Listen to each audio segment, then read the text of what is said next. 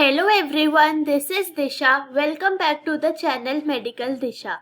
In this video, I will be sharing a few important questions of the chapter Thermodynamics. First question. In an adiabatic process, no transfer of heat takes place between system and surroundings. Choose the correct option for free expansion of an ideal gas under adiabatic conditions from the following. A. Q equals 0, delta T not equals 0, W equals 0. B. Q not equals to 0, delta T equals 0, W equals 0. C. Q equals 0, delta T equals 0, W is equal to 0. D. Q is equal to 0, delta T less than 0, W not equal to 0.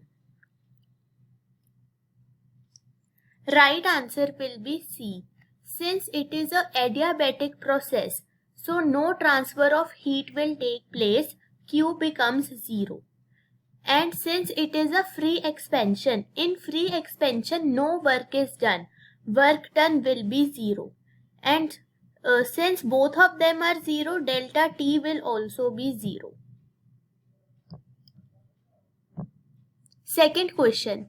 Given that C plus O2 gives CO2, delta H is minus X kilojoules. 2CO plus O2 gives 2CO2, delta H is minus Y kilojoules. The heat of formation of carbon monoxide will be.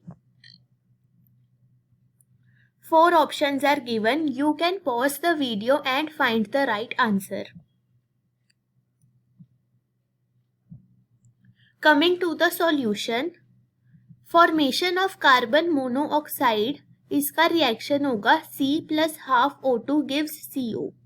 हमें इन दो equations में से ये वाली equation derive करनी है, formation of carbon monoxide वाली. तो हम करेंगे equation 1 minus half of equation 2. तो रिक्वायर्ड इक्वेशन ऑब्टेन होगी and then we have to put the values. minus x minus half of minus y. Solving this you will get the right answer and answer will be y minus 2x over 2. So A will be the right answer. Third question. If the bond energies of HH, Br, Br and HBr are 433, 192 and 364 kilojoule per mole respectively, then delta H for the reaction H2 plus Br2 gives 2 HBr is. 4 options are given. You have to find the right answer.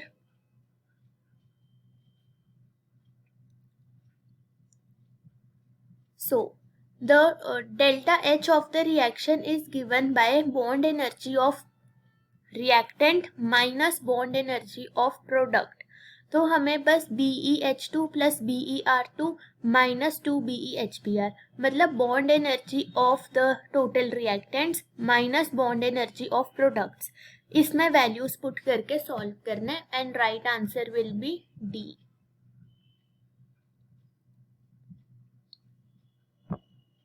Question 4. The enthalpy of formation of two compounds A and B are minus 84 kilojoule and minus 156 kilojoule respectively. Which one of the following statements is correct? A and B are endothermic compounds. B, A is more stable than B. C, A is less stable than B. D, both are unstable. Enthalpy of formation of both of them is negative. दोनों का delta H of formation negative है, इसका मतलब दोनों exothermic compounds है. इनकी formation वाला reaction exothermic है. तो फर्स्ट स्टेटमेंट तो गलत हो गई, ये दोनों एक्सोथर्मिक है. और क्योंकि B का डेल्टा H ज्यादा नेगेटिव है, इसका मतलब जब B की फॉर्मेशन हुई थी तब ज्यादा एनर्जी रिलीज हुई थी. That means B is more stable then A. So right answer will B C. A is less stable than B or B is more stable than A. Question 5. If the bond dissociation energy of X, Y, X2 and Y2 are in the ratio of 1:1:0.5 and delta H formation for formation of XY is minus 200 kilojoule mole inverse, then the bond dissociation energy of X2 will be. Coming to the solution, हमें bond dissociation energy XY, X2 और Y2 इनकी ratio दी हुई है 1, 1, 0.5. तो हम कहेंगे let bond dissociation energy of XY, X2 and Y2 be X, X and 0.5X. और formation of XY की हमने इक्वेशन बना ली और इसका डेल्टा H हमें दिया हुआ था. तो बस हमने bond energy of reactants minus bond energy of products करके इक्वेट कर देना है और x की वैल्यू आ जाएगी. So answer will be 800 kilojoule per mole. Question 6. The standard enthalpy of combustion of C6H6 that is benzene, graphite and hydrogen are minus 3270 kilojoule mole inverse, minus 394 kilojoule per mole and minus 286 kilojoule per mole. What is standard enthalpy of formation of C6H6 in kilojoule per mole? Coming to its solution, हमें enthalpy of combustion of benzene, carbon और hydrogen given है, तो इनकी equations लिख लेनी है हमें. And the required equation is 6C plus 3H2 gives C6H6. इसका डेल्टा H हमें फाइंड आउट करना है. तो हमें इस रिक्वायर्ड इक्वेशन को इन 3 इक्वेशंस में से डिराइव करना है. उसके लिए हम करेंगे इक्वेशन 2 को 6 से मल्टीप्लाई, इक्वेशन 3 को 3 से मल्टीप्लाई और दोनों को ऐड कर देंगे. तो ये बन गई इक्वेशन 5 और इसके डेल्टा H को भी हम ऐसे ही कैलकुलेट कर लेंगे. इसको 6 से मल्टीप्लाई करेंगे, इसको 3 से मल्टीप्लाई करेंगे और दोनों को ऐड कर देंगे. तो ये डेल्टा H आ जाएगा इक्वेशन 5 का. फिर हम करेंगे सब्ट्रैक्ट इक्वेशन 1 फ्रॉम इक्वेशन 5. तो required equation will be obtained as well as required delta H will be obtained.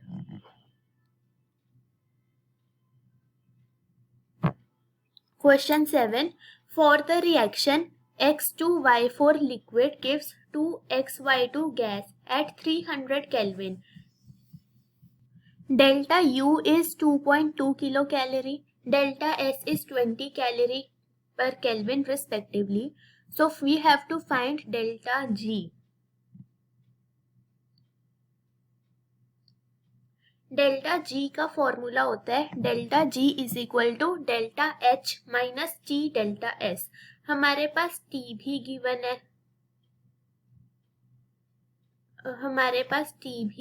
है, और डेल्टा S भी गिवन है, पर हमारे पास डेल्टा H गिवन नहीं है. डेल्टा H को हम डेल्टा U से निकालेंगे using the equation delta H is equal to delta U plus delta NGRT. तो पहले हम जो हमें मेन फॉर्मूला यूज करना है वो ये है delta G is equal to delta H minus T delta S. हमारे पास डेल्टा S भी है, T भी है, पर डेल्टा H हमें ढूंढना पड़ेगा. डेल्टा H ढूंढने के लिए delta U plus delta NGRT करेंगे. डेल्टा NG 2 है क्योंकि प्रोडक्ट्स में 2 गैसियस मोल हैं, रिएक्टेंट में कोई भी नहीं है, सो 2 माइनस 0 इज 2. और R की value in terms of calorie 2 होती है. तो हम डेल्टा H की वैल्यू फाइंड आउट कर लेंगे, फिर इस इक्वेशन में पुट करेंगे and we have to calculate. Right answer will be C. Question 8. The correct statement regarding entropy is A. At absolute zero temperature, entropy of a perfectly crystalline solid is 0. B. At absolute zero temperature, entropy of a perfectly crystalline substance is positive. At absolute zero, entropy of crystalline substance is negative. At 0 degree C, entropy of a perfectly crystalline solid is 0. इन चारों में से right statement first है, because at absolute 0 temperature मतलब 0 kelvin, तो 0 degree C वाला तो गलत ही हो गया। Entropy of perfectly crystalline solid is 0। ना वो पॉजिटिव होती है ना नेगेटिव होती है, वो 0 होती है, इसलिए फर्स्ट स्टेटमेंट राइट है।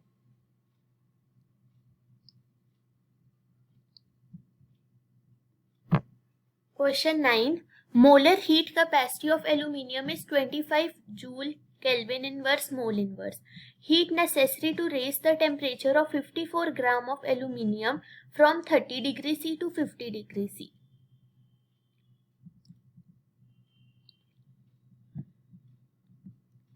इसके लिए पहले हम मोल्स ऑफ एल्यूमिनियम निकालेंगे। Number of moles of aluminium will be given weight upon molecular weight, यानी 54 अपॉन 27, यानी कि 2 मोल्स हैं एल्यूमिनियम के। उसके बाद हमें फॉर्मूला यूज करना है Q is equal to NC delta T। N की वैल्यू 2 है, C की वैल्यू क्वेश्चन में 25 गिवन है, डेल्टा T की वैल्यू 20 डिग्री C है 50 माइनस 30 करके। तो we have to just now calculate, answer will be 1 kilo joule. Last question, question 10. The heats of atomization of phosphine PH3 gaseous and P2H4 gaseous are 954 kilojoule per mole and 1485 kilojoule per mole respectively. The PP bond energy in kilojoule per mole is. इसके लिए PH3 यानी P plus 3H, इसका delta H हमें 954 है, यानी 3 pH bonds की energy इतनी है। तो एक pH बॉन्ड की एनर्जी होगी 954 बाई 318। P2H4 में 1 PP बॉन्ड होगा और 4 pH बॉन्ड्स होंगे। तो PP bond 1 plus 4 pH bonds, इसकी एनर्जी 1485 है। एक pH बॉन्ड की 318 थी, तो यहाँ हमने 318 पुट कर दिया और PP बॉन्ड की हम सॉल्व कर लेंगे। Answer will B A 213 kilojoule mole inverse.